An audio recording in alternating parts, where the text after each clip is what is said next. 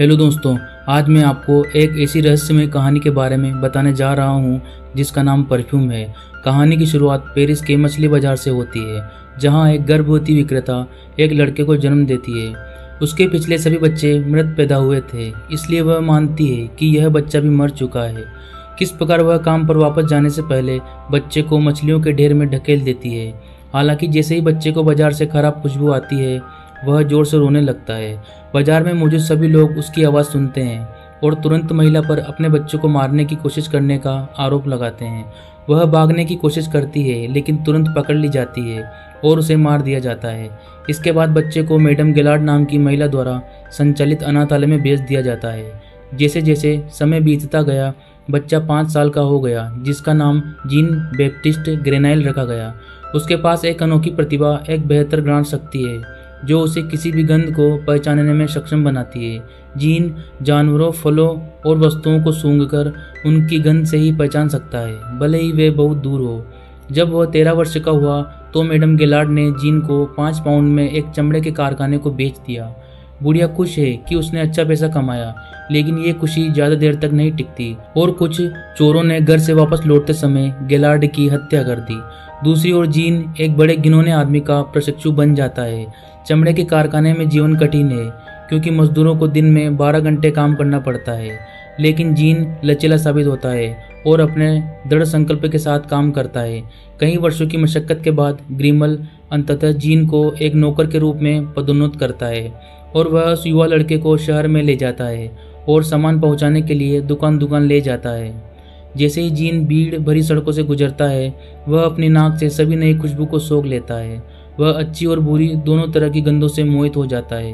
कुछ ही समय बाद ग्रिमल को एक दुकान पर मीटिंग में भाग लेने के लिए जाना पड़ता है, जिससे जीन अकेला रह जाता है। वह इस अवसर का लाभ उठाता है और अपनी नाक की सहायता से पास की इत्र की दुकान तक पहुंचता है।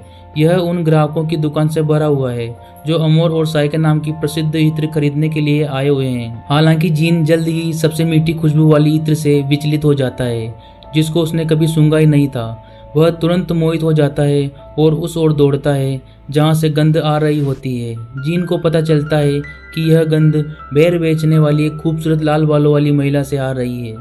वह उसकी गंध का पता लगाता है और अंततः उसे गली में एक मेज पर बैठा हुआ पाता है। जीन महिला के पीछे छिप जाता है और उसकी गंध को महसूस करना शुरू कर देता है।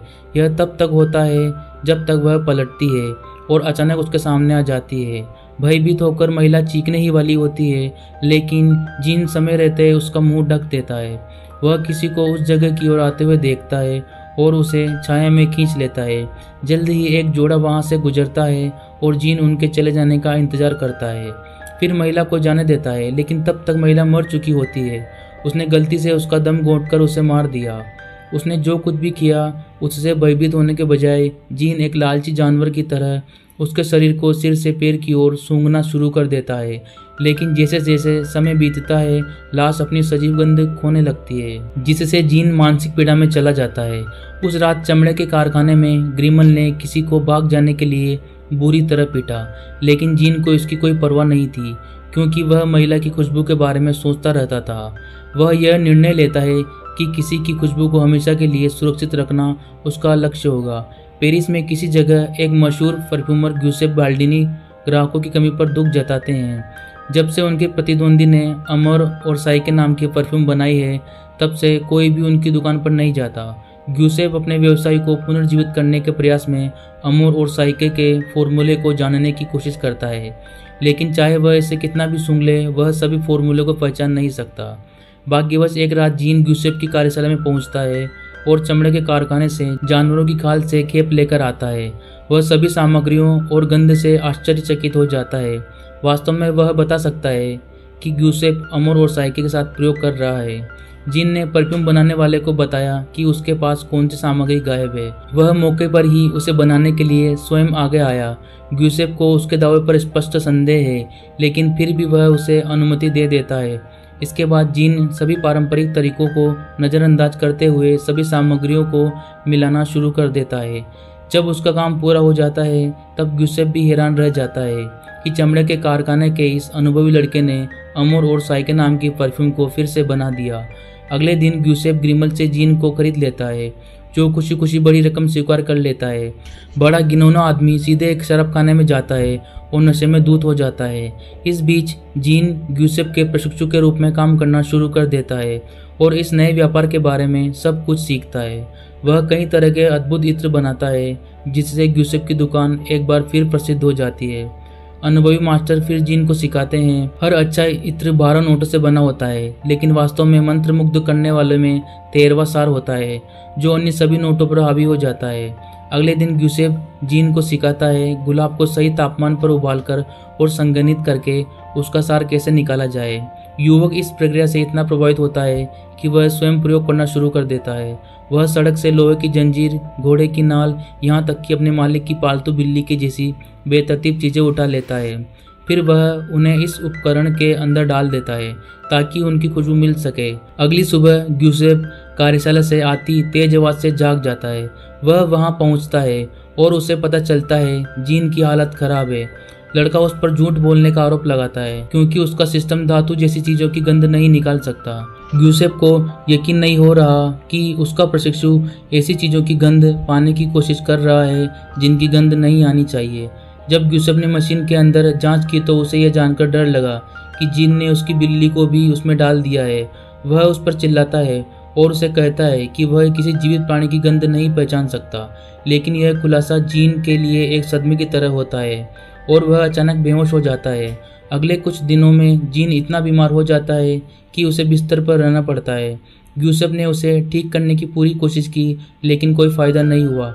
मृत्युशैया पर जीन अपने गुरु से पूछता है कि क्या आसमान के अलावा सुगंध निकालने की कोई और विधि है। ग्यूसेप ने उसे एनफ्लूरेज के बारे में बताया, जो ऐसी तकनीक है जिसका प्रयोग ग्रास शहर में किया जाता है। यह जानकारी जीन को तुरंत होश में ले आती है और कुछ ही दिनों में वह फिर से ठीक हो जाता है और अब वह ग्रास शहर की यात्रा करना चाहता है और नई तकनीक के बारे में जानना चाहता है। लेकिन जीन को उस तकनीक के बारे में सीखने के लिए कागजी कार्रवाई की आवश्यकता होगी, लेकिन ग्यूसेप 101 नए फॉर्मूले के बदले यह कागज बनाने में तैयार हो जाता है।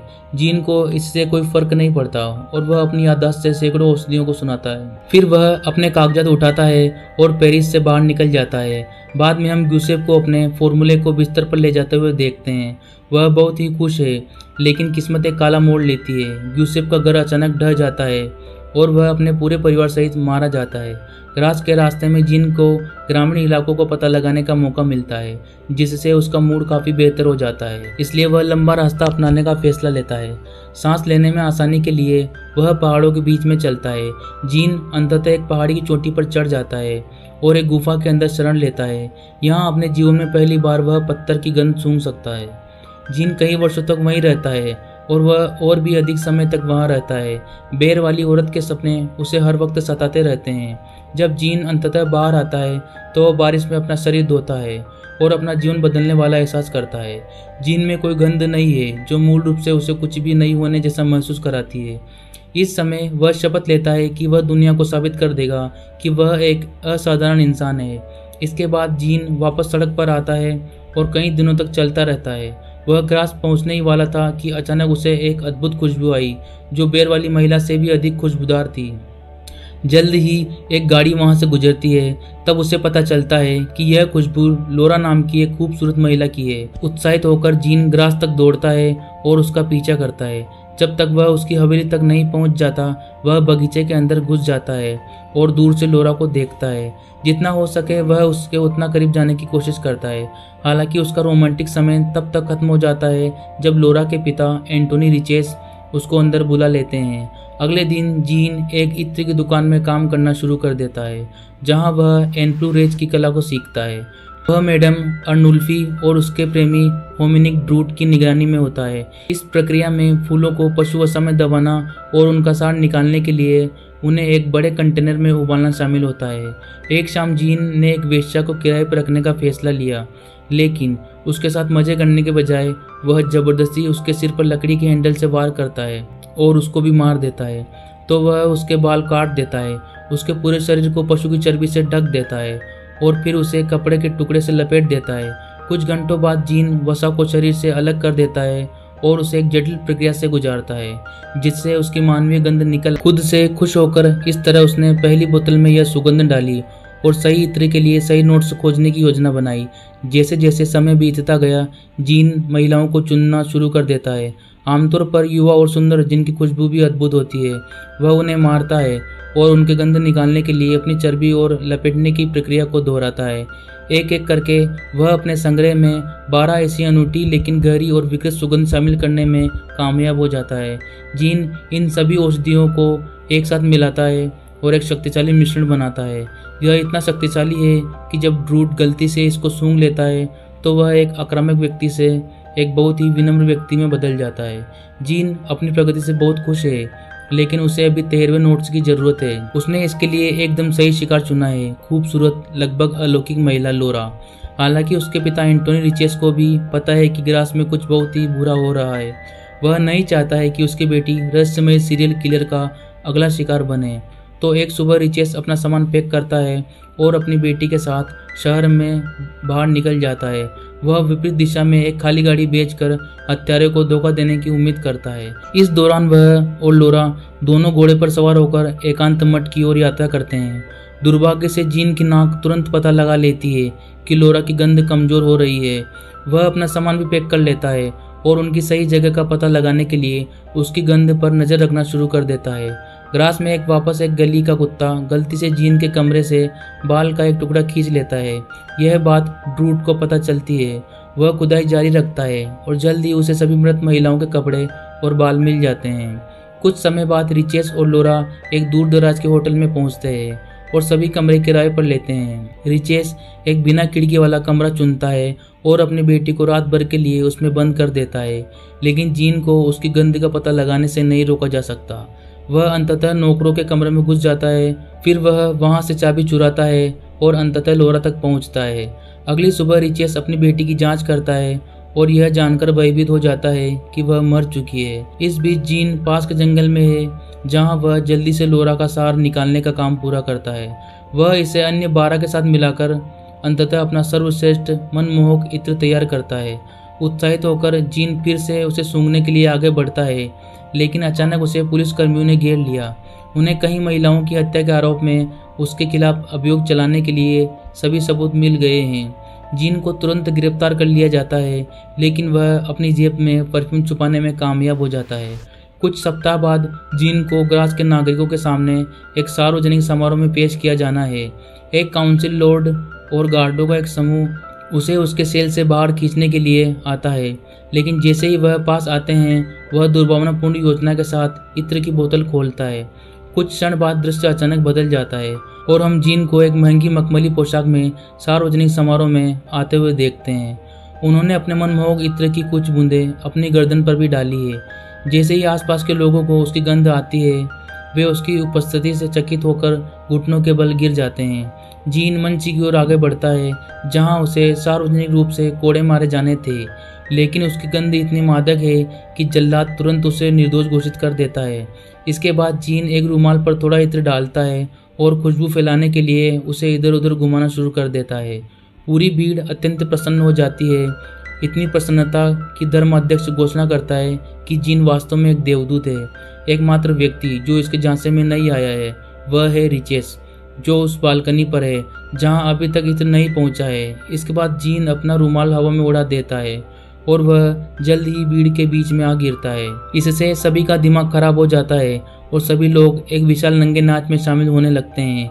जीन भी खुद को उस खूबसूरत महिला के साथ की कल्पना करता है और उसे एहसास होता है कि उसने कभी सच्चा प्यार जाना ही नहीं है। रिचेस फांसी के तख्ते पर चढ़ जाता है और खुद ही फांसी की सजा पूरी करने के लिए तैयार हो जाता है, लेकिन वह भी इत्र की शक्ति से अभिभूत होकर घुटनों के बल गिर जाता है और जीन को अपना बेटा कहता है। कुछ घंटे बाद शहरवासी जागते हैं और शर्म से डूब जाते हैं। जीन कहीं नहीं दिखाई देता है और ड्रूड को उसकी जगह गिरफ्तार कर लिया जाता है, क्योंकि कपड़े और बाल उसकी दुकान में पाए गए थे। उसे 14 घंटे तक प्रताड़ित किया जाता है और अंततः उसे अपराध को कबूल करने के लिए मजबूर किया जाता है, जो उसने कभी किया ही नहीं। इस बीच जीन पेरिस के बदबूदार बदसूरत मछली बाजार में लौटता है, जहां वह पैदा हुआ था। वह दुख से ग्रस्त है और जानता है कि उसका पूरा अस्तित्व प्रेम के बिना ही रहा है। इस प्रकार जीन सड़क के बीच में रुक जाता है और पूरी इत्र की बोतल उसके सिर पर खाली कर देता है। इसकी खुशबू इतनी तेज होती है कि स्थानीय लोग उसकी ओर दौड़ पड़ते हैं और वे उसके शरीर के ऊपर जमा हो जाते हैं और गंधे की शक्ति से पागल होकर उसे खाने लगते हैं। अगली सुबह जीन के पास केवल उसके कपड़े और इत्र की एक बूंद बची थी।